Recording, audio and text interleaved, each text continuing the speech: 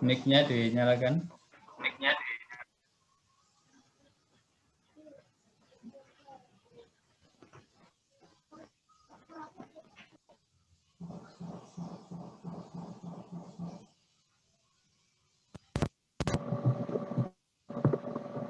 Halo, Ya, sudah dengar Pak suaranya Pak? ya.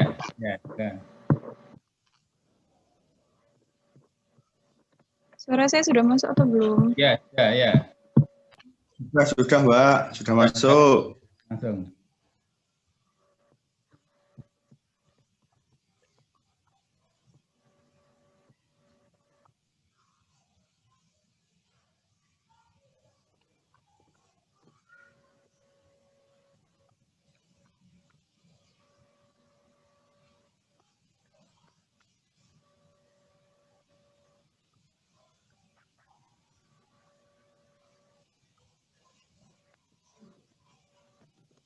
Suaranya belum kedengaran.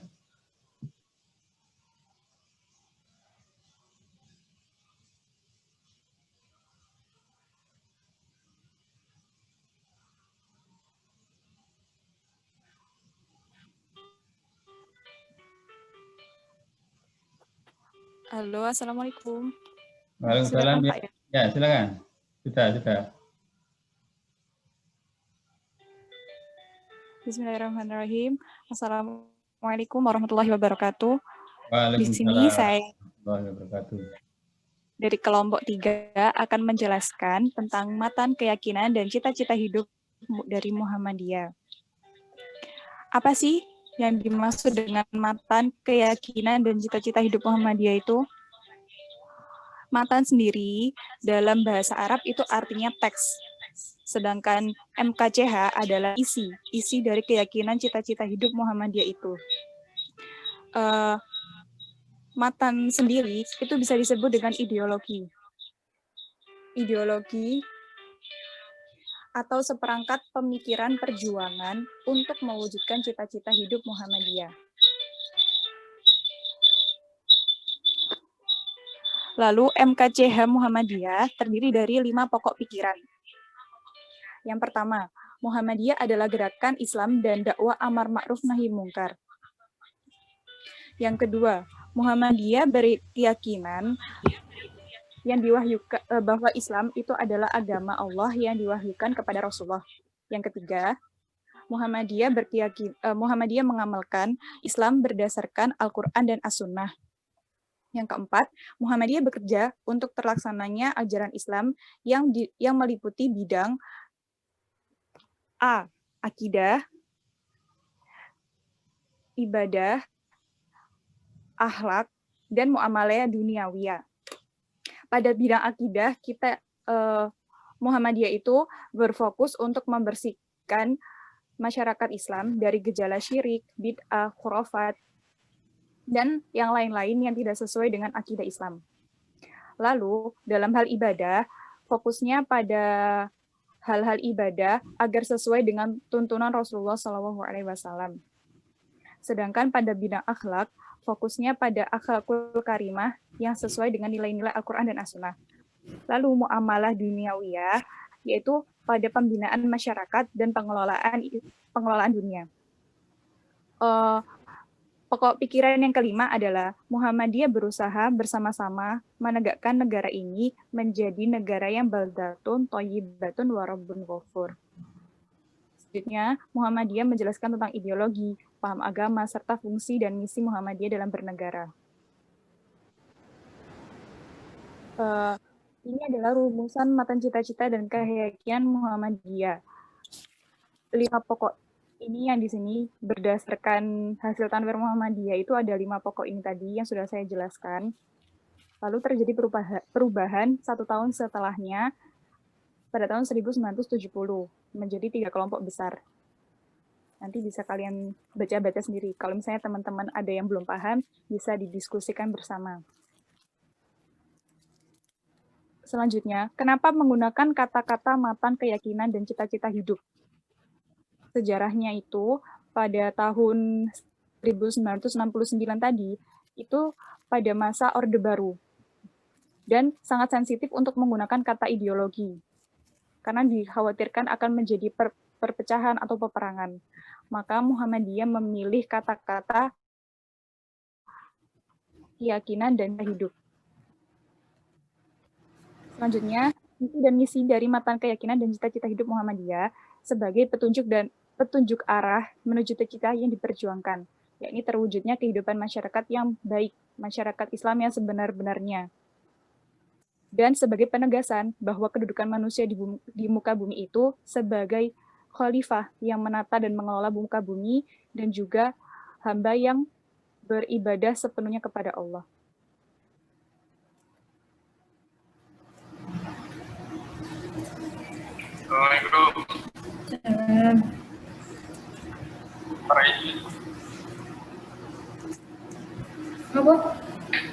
Hakikat Matan Keyakinan dan Cita-cita Hidup Muhammadiyah. Matan Keyakinan dan Cita-cita Hidup Muhammadiyah pada dasarnya merupakan ideologi Muhammadiyah yang menggambarkan tentang hakikat Muhammadiyah, paham agama menurut Muhammadiyah, dan misi Muhammadiyah dalam berbangsa dan bernegara. Rumusan Matan Keyakinan dan Cita-cita Hidup Muhammadiyah adalah rumusan tentang Muhammadiyah yang esensial, merumuskan hal-hal yang berupa prinsip-prinsip yang fundamental seperti persoalan ideologis, fungsi akidah sebagai sumber, fungsi cita-cita sebagai konsekuensi akidah, serta pemahaman tentang agama Islam.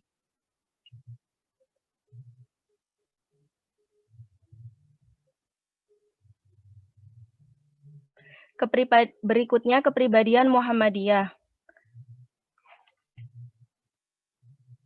Pengertian kepribadian Muhammadiyah.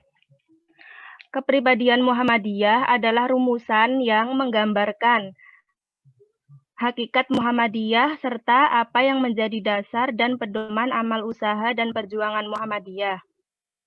Selain itu, kepribadian Muhammadiyah juga berisi sifat-sifat yang dimiliki sebagai karakter pribadi setiap warga Muhammadiyah.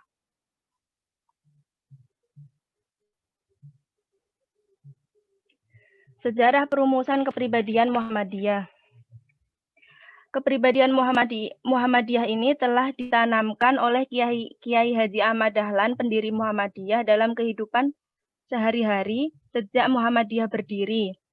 Meskipun dalam hal ini belum tersusun secara sistematis, dan seiring dinamika organisasi dan perkembangan masyarakat, dirasa perlu untuk menyusun kepribadian Muhammadiyah secara sistematis agar mudah untuk dibaca dan difahami setiap warga Muhammadiyah. Penyusunan ini dipelopori oleh Kiai Haji Fakih Usman. Konsep kepribadian Muhammadiyah dari Kiai Haji Ahmad Dahlan diterjemahkan dalam rumusan-rumusan yang sistematis. Kemudian rumusan kepribadian Muhammadiyah dibahas dalam sidang Tanwir Muhammadiyah tanggal 25 sampai 28 Agustus tahun 1962. Akhirnya, Menteri Kepribadian Muhammadiyah dijadikan salah satu materi kepribadian Muhammadiyah ini dijadikan salah satu materi pokok Muktamar Muhammadiyah ke-35 yang berlangsung pada tanggal 14 sampai 18 November tahun 1962 di Jakarta. Dari pembahasan di forum tersebut, akhirnya rumusan kepribadian Muhammadiyah disahkan dalam Muktamar Muhammadiyah yang ke-35 pada tahun 1962 di Jakarta.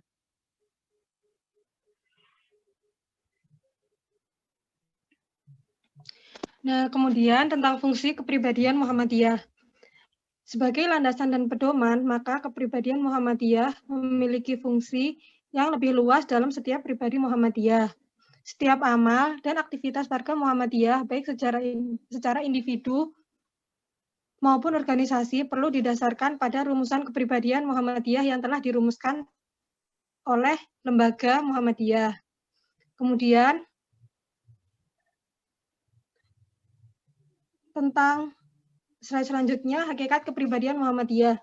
Ini ada 4 intinya. Yang pertama itu, kita harus memahami tentang bagaimana kepribadian Muhammadiyah itu, yakni sebagai ruh yang mewujudkan masyarakat Islam yang sebenarnya.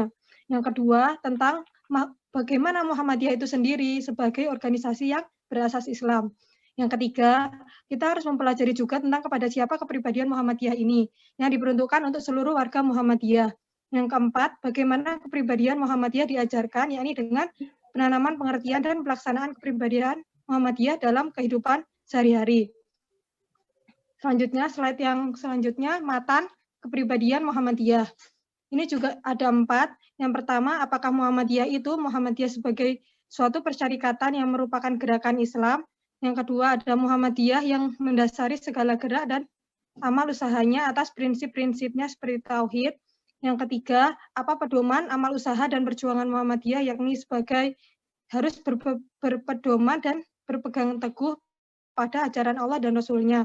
Kemudian yang terakhir, bagaimana sifat Muhammadiyah, yakni sebagai setiap warga Muhammadiyah wajib memelihara sifat-sifatnya seperti berukhuwah Islamiyah dan beramar ma'ruf nahi mungkar.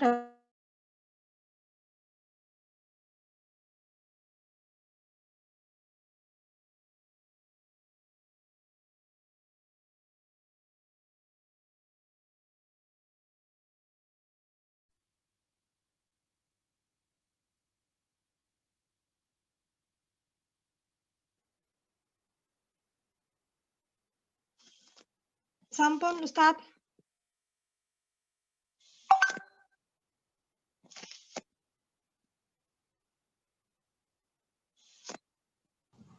Baik ya, terima kasih presentasi dari kelompok 3. Kita berikan tepuk tangan aplaus untuk kelompok 3.